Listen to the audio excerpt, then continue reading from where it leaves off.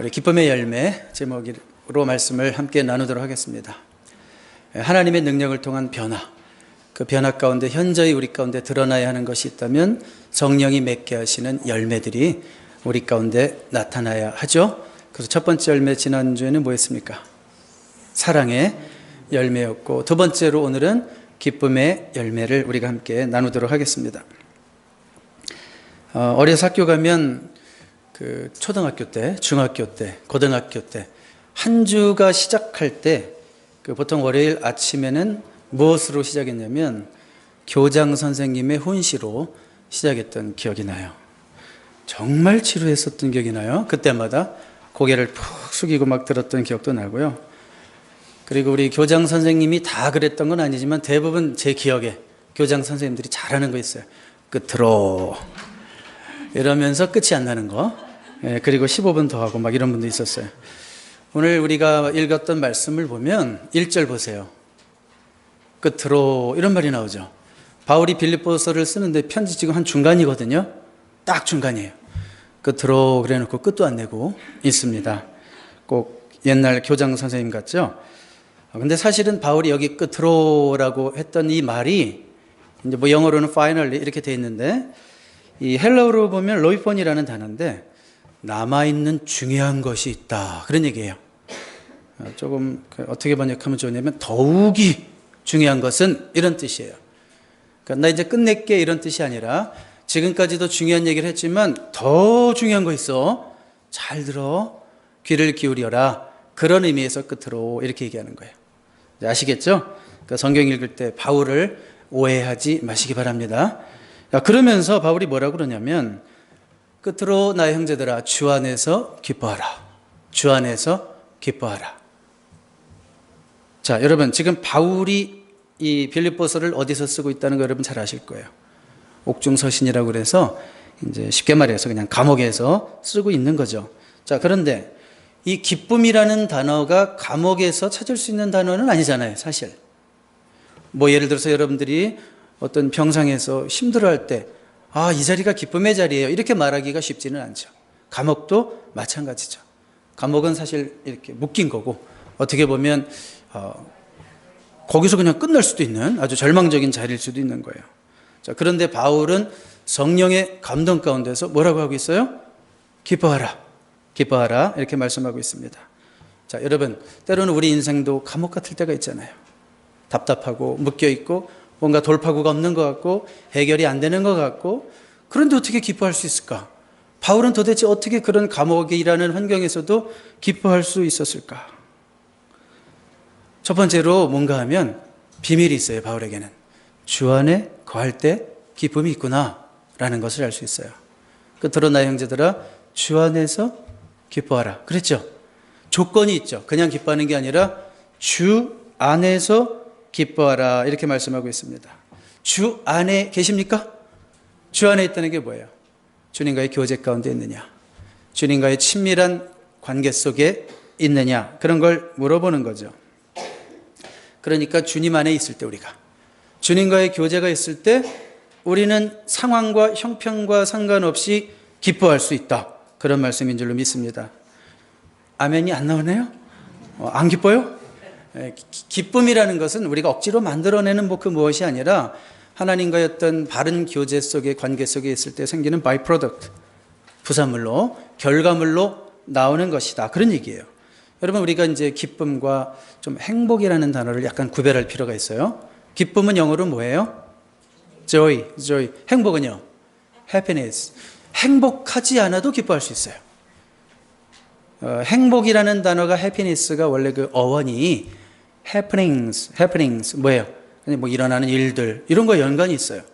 그러니까 어떤 면에서 행복이라는 것은 어떤 우리의 외부적으로 막 일어나는 일들, 상황들, 환경들, 이런 것에 의존한다, 그런 얘기죠. 그러니까 happiness depends on happenings, 이렇게 말할 수 있어요. 근데 기쁨이라는 것은 뭔가 하면 외부적인 조건이나 환경이나 상황과 상관없이 내 안에서 내적으로 유지할 수 있는 게 기쁨이에요. 성경이 말하는 게. 이런 기쁨을 얘기하는 거죠, 바울은. 항상 너무 행복해가지고 해발레 해라 이런 뜻이 아니라 상황이 환경이 나같이 감옥 같을지라도 기뻐할 수 있다라고 말하는 거죠.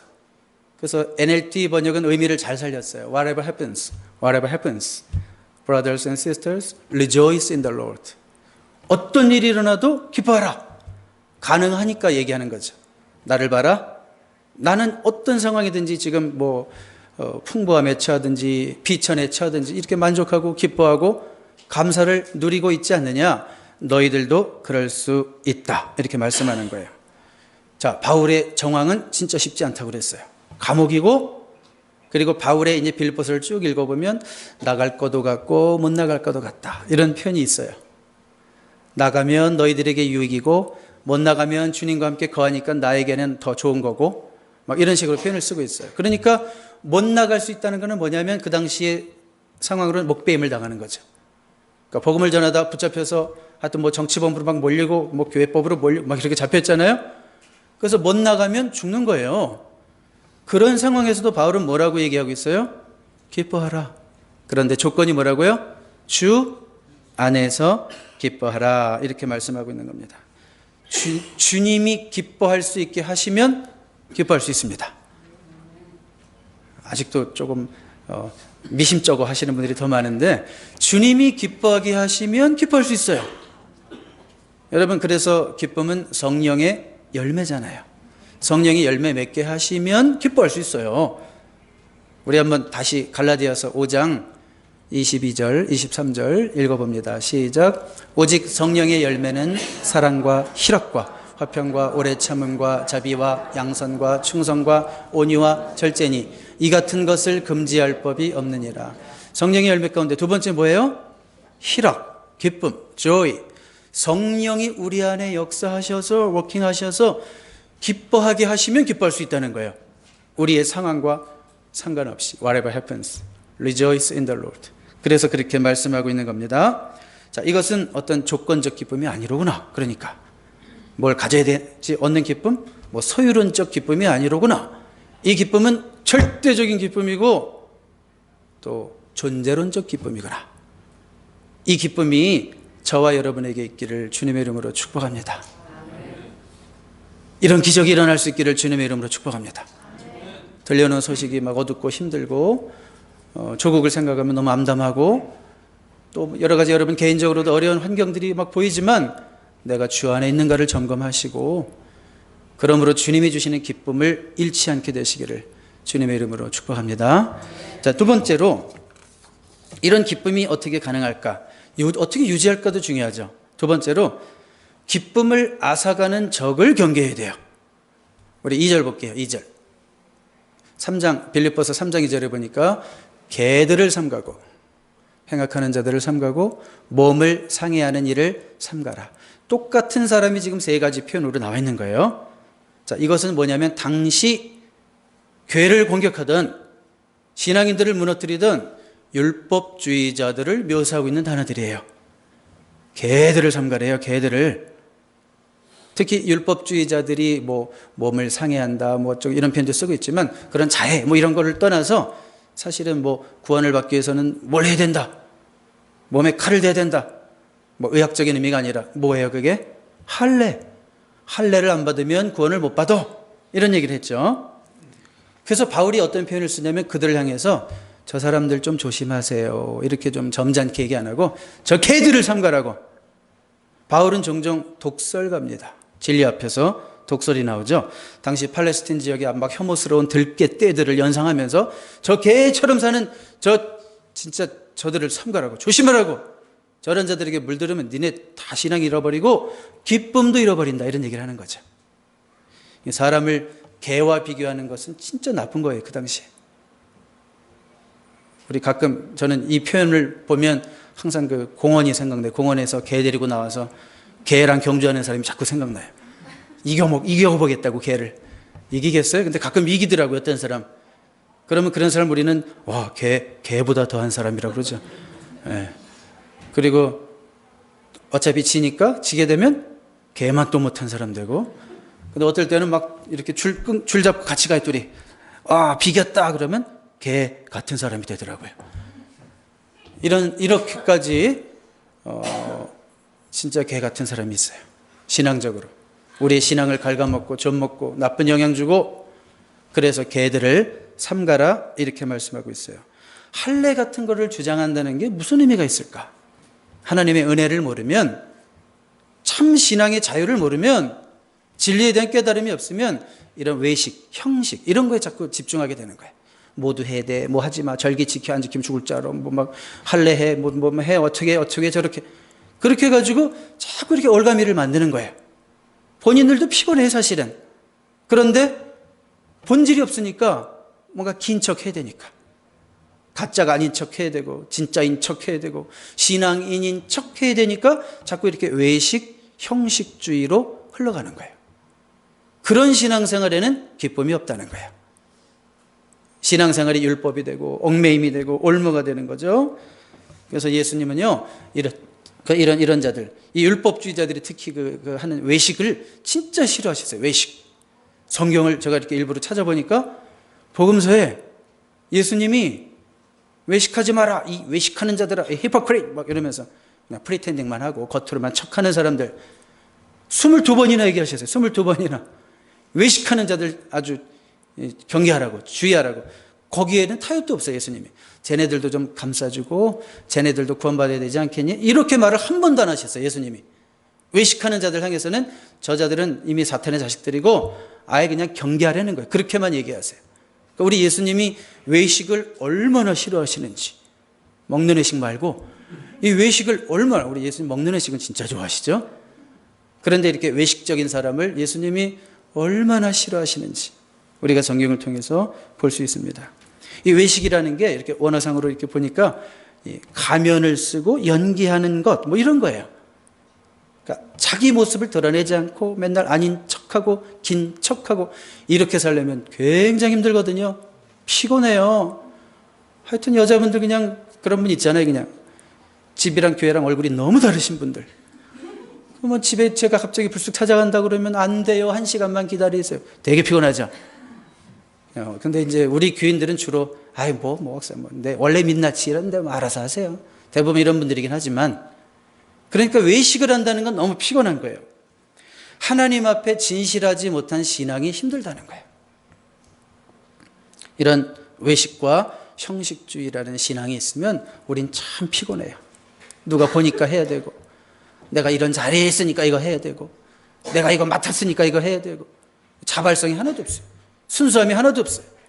외식과 형식주의는 신앙생활의 기쁨을 앗아가고 나중에 보면 그냥 고된 노동만 남아 있어요. 그런 사람들. 그렇게 교회 생활 한 20년 하잖아요. 아주 이상한 사람들이에요. 그냥 늘 피곤해하고 자발성이 없으니까. 자, 그래서 외식과 형식주의를 버려야 돼요. 그것은 뭔가 하면 하나님 앞에 순수하게 서는 거예요. 있는 모습 그대로. 없으면 없다 그러고, 있으면 있다 그러고, 성도들끼리 교제할 때도 뭐 예의 없이 막 하라는 그런 뜻은 아니에요. 그래서 있는 모습 그대로, 제 모습 그대로 이렇습니다. 우리가 가끔 이제 소그룹 할 때 가끔 이렇게 자기 자신의 있는 모습 그대로 정직하게 고백하시는 분들이 있어요. 어떤 분들은 깜짝 놀래요. 그런데 사실은 그런 분들 때문에 모임이 화기애애해지고 대화가 열리고 그런 모습을 봅니다. 진실한 사람 한 사람 있을 때 공동체가 바뀌어요. 모두가 같이 진실해지고 주님 앞에 있는 모습 그대로 서려고 그러고. 지난주에 뭐 여기 계시진 않은 분이지만 어떤 분이 예배 마치고 얘기하다가 저는 뭐 이런 일도 있고 저런 일도 있고 이혼도 2번 했고요. 뭐 그냥 서스름 없이 얘기해요. 그냥 자기 있는 모습을 뭐 일부러 여러분들의 그동안에 살아온 삶을 괜히 다 끌어내서 지저분하게 빨래 걸어놓듯이 교회에다 걸어놓을 필요는 없지만 진실해야 될 때는 진실해야 되는구나 라는 것을 느낍니다. 그래야지 기뻐요. 진실해야지 우리가 자유함이 있는 거예요. 여러분 아이들을 한번 노는 거 보세요. 그냥 아이들은 노는 것만 봐도 좋아요. 저는 그래요. 아이들이 가끔 사고를 쳐도 별로 안 미워요. 뭐 아이들 뭐 그 성탄절이나 뭐 부활절 뭐 이런 거 막 발표회 할 때 앞에 나와서 뭐 하는 거 보면 난장판이에요. 난장판. 막 틀리고 실수하고 뭐 어떤 애는 막 혼자 사진 포즈를 취하고 뭐 어떤 애는 저기 들어갔다 나왔다 하고 이러는데도 이뻐요. 아이들은 청중을 별로 의식을 안 해요. 자기들끼리 즐기고 있는 것 같아요. 그 순수함, 그냥 자기들 있는 모습으로 나오는 그 모습이 우리 눈에 이쁘죠. 하나님도 우리가 그렇게 있는 모습 그대로 순수하게 하나님 앞에 나아가는 그 모습을 기뻐하실 줄로 믿습니다. 성경에 그런 대표적인 인물이 다윗이었어요. 다윗은 이제 나중에 왕이 되고 법궤가 이제 궁으로 들어오는데 너무 좋아가지고 어떻게 했어요? 덩실덩실 글쎄 왕이라는 양반이 채통도 없이 옷도 대충 입고 뭐 거의 잠옷바람 입고 막 그냥 막 춤을 추죠. 여러분 그 무슨 얘기예요? 법궤가 들어온다는 것은 하나님의 임재를 상징하는 거죠. 하나님의 임재를 기뻐했다 그런 얘기예요. 하나님의 임재를 기뻐하니까 막 덩실덩실 춤도 추는 거예요. 어떤 분들은 찬양할 때 막 손도 들고 그러는데 그게 되는 분들은 그렇게 하시는 게 좋은 거예요. 그냥 자유롭게 하나님 앞에서 춤도 추는데 손을 왜 못 들어요? 근데 잘 안 되는 사람도 있죠. 체질적으로. 그럴지라도 그런 분들도 나름대로 또 노력하는 거예요. 있는 모습 그대로 나오는 모습을 하나님이 굉장히 기뻐하셨어요. 그런데 그 옆에서 보고 있던 사울의 딸 미갈이 Oh, shame on you 뭐 이러면서 왕이라는 자가 채통도 없이 말이야. 하나님은 그런 모습을 되게 미워하셨어요. 오히려 그 당시에 최고벌인 단산도 아니고 무산 그 아이를 낳지 못하는 그런 징벌을 받았어요. 그렇지만 하나님 앞에서 기뻐하고 있는 모습 그대로 순수함으로 나아갔던 다윗에게는 내 마음에 합한 자다 이렇게 말하셨어요. 기쁨을 앗아가는 거짓, 외식, 형식주의를 극복해야 됩니다. 있는 모습 그대로, 당신 모습 그대로 주님 앞에 나오시고 우리 사람 앞에서도 가면을 하나씩 벗으십시오. 때가 되면. 그래야지 우리의 교제가 깊어지고 우리 안에 진짜 기쁨이 있어요. 감출 거 가릴 거 뭐 당신만 많은 줄 알죠? 다 똑같아요. 당신이 먼저 노출하면 남들은 두 가지 얘기할 거예요. 한 가지 얘기하면. 다 우리는 뭐 똑같은 사람들이에요. 부끄러워할 거 하나도 없습니다. 제 얘기하는 포인트는 뭔가 하면 하나님 앞에 진실함으로 서자 이거예요. 하나님 앞에 진실함으로 서자. 외식, 형식주의적인 신앙 버리고 에헤하지 말고 내가 교회 생활 30년 했으니까 거기에 걸맞는 무슨 매너, 모드 이런 거 만들지 말고 그냥 하나님 앞에서 진실한 모습으로 한 신앙인으로 설 때 우리가 기쁨으로 신앙생활을 할 수 있고 또 그런 분들을 통해서 기쁨이 전달이 돼요. 아멘입니까? 정신 나요? 이제? 아멘. 세 번째로 마지막으로 기뻐하는 삶을 살기 위해서 첫 번째는 뭐였어요? 저는 항상 복습을 하는데 주 안에 있어야 된다는 거죠. 주님과의 교제를 점검해야 되는 것이고 두 번째로 우리의 기쁨을 앗아가는 율법주의, 외식, 형식주의, 거짓의 가면을 벗어야 진짜 기쁨이 와요. 그리고 세 번째로 기뻐하는 삶을 살기 위해 필요한 것은 따라해봐요. 예배자의 삶. 네, 예배, 정말 우리가 예배하는 삶을 살고 있는가? 3절 볼까요? 하나님의 성령으로 봉사하며 그리스도 예수로 자랑하고 육체를 신뢰하지 아니하는 우리가 곧 할례파라. 하나님의 성령으로 봉사하는 자가 기뻐하라라는 맥락 속에 있는데 자, 여기 하나님의 성령으로 봉사하는 자 who serve God by His Spirit 이렇게 돼 있죠. serve라고 돼 있죠. 여러분 이 serve를 NIV는 serve를 번역을 했어요. 근데 이게 원어에 보면 라트리오라는 단어인데 헬라 얘기에서 죄송한데 왜냐하면 라트리오라는 단어에서 liturgy가 나온 거예요. 리터지는 예배, 예배, 의식, 예전 이런 거를 리터지라고 그래요. 한마디로 예배예요. 예배를 뜻하는 단어인데 우리가 보통 예배를 월십이라기도 하지만 또 뭐라고 그래요?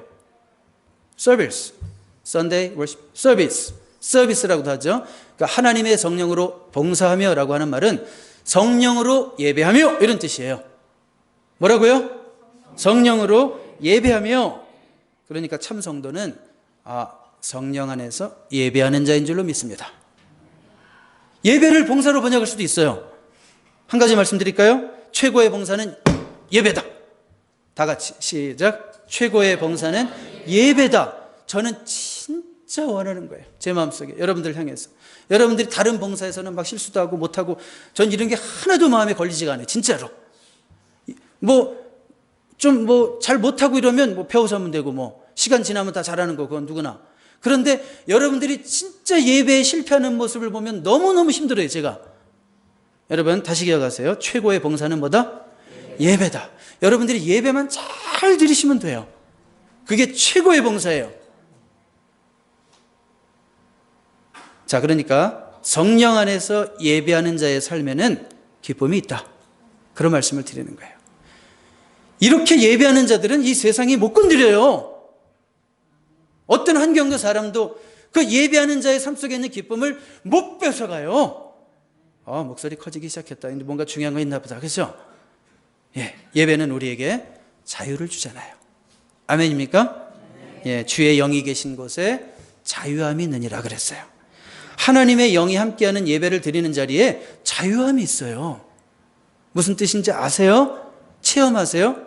하나님의 영이 역사하는 예배 자리에 있으면 저 개인적으로도 그래요. 여러분, 하나님의 영이 함께 하잖아요. 저 개인적으로. 이 자리에 있는 게 그렇게 편해요. 말씀 전할 때도 편해요.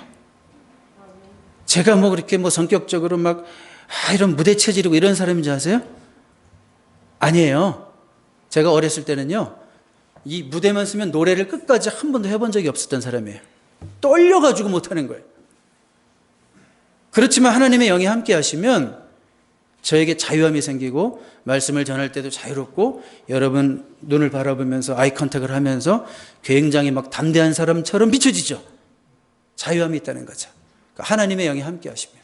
그런데요, 하나님의 영이 약화되면 아마도 그 주간에 좀 기도가 부족했든지 우리 성도님들이 또 중보 기도를 안 해주셨다든지 여러 가지 이유 때문에 이 하나님의 영이 역사하시지 않으면 이 자리에 있는 게 부담스럽고 불편하고 설교도 잘 안 되고 이상하게 그냥 그날따라 좋은 사람만 자꾸 눈에 보이고 하여튼 그 자유로움이 없고 예배가 안 풀려. 쉽게 말해서 세상 말로 예배가 안 풀려요. 그러니까 하나님의 영이 함께 할 때 자유함이 있어요. 여러분, 하나님의 영이 함께 하면 여러분들에게도 똑같은 결과가 생겨요. 처음 오는 사람도 그냥 다른 때 같으면 어색해가지고 얼굴도 못 쳐다볼 텐데 성령으로 자유함을 얻고 충만하니까 가서 먼저 인사하고 등을 두들겨주고 자유함이 있는 거예요. 그런 자유함이 예배 가운데 있습니다. 그냥 예배가 아니라 성령으로 예배하는 자리에 나타나요.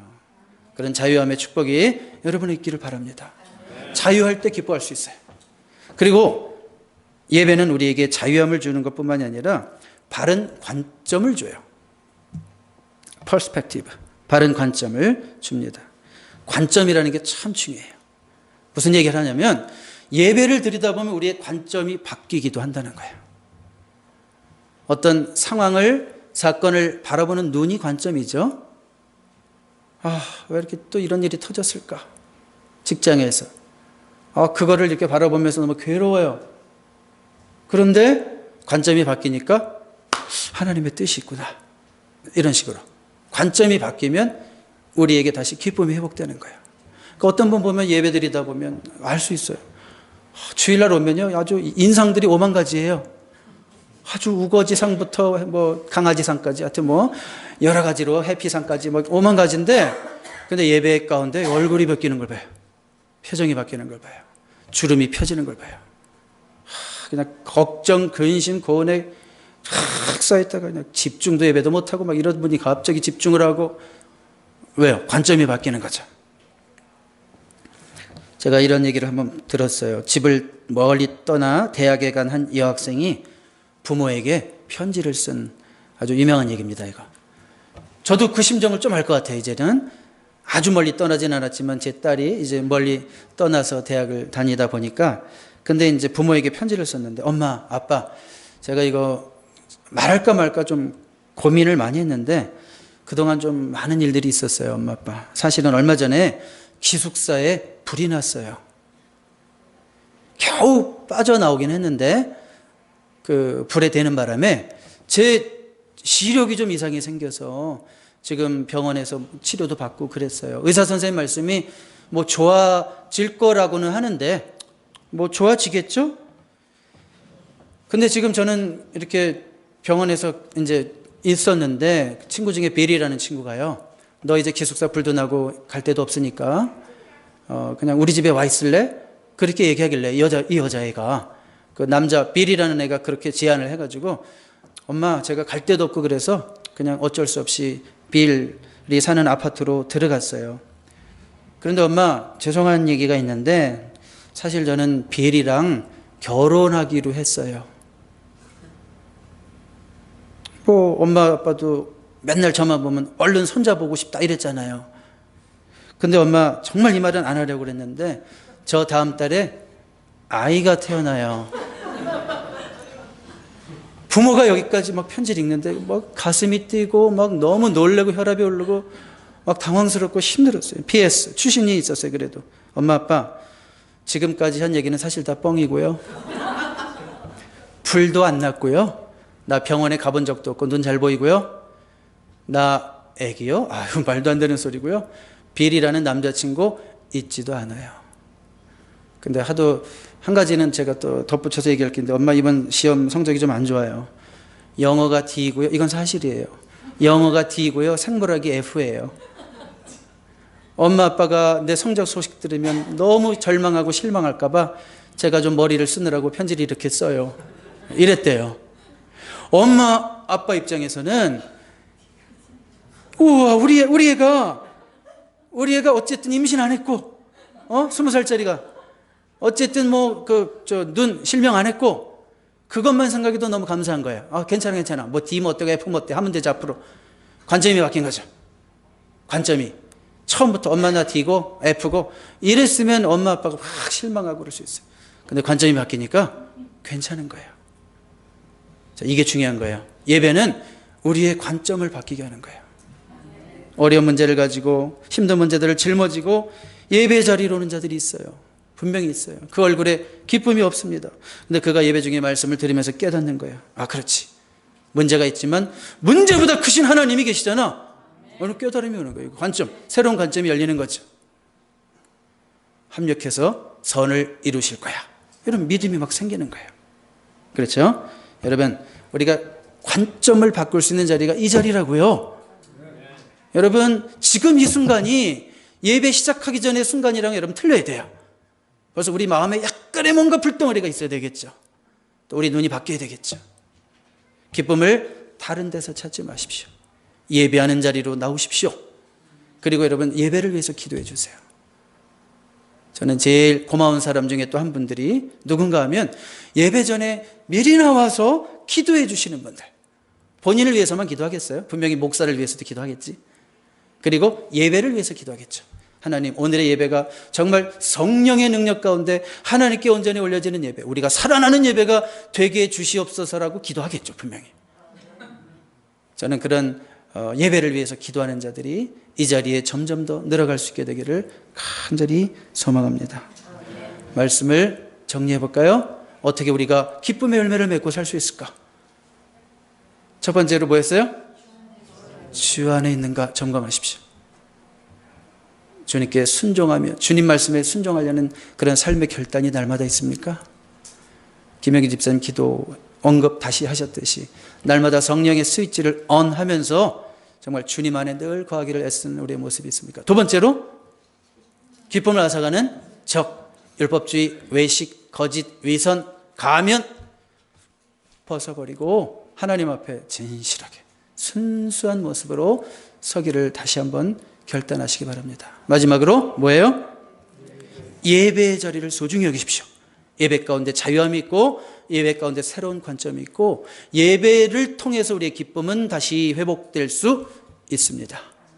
기도하겠습니다. 살아계신 하나님 아버지, 기쁨의 열매를 맺자가 아니라 성령께서 맺게 하시는 그 열매를 우리가 스위치를 ON하고 주님 안에 거하기를 힘쓰며 우리의 기쁨을 앗아가는 위선과 형식주의라는 그런 가면들을 벗어 제끼고 그리고 이제는 온전히 주님 앞에 성령으로 예배하는 자리로 나아오는, 그러므로 기쁨을 유지하고 기쁨을 회복하고 기쁨을 생산해내는 하나님의 귀한 백성들 우리를 세워 주시옵소서. 예수님의 이름으로 감사드리며 기도드리옵나이다. 아멘.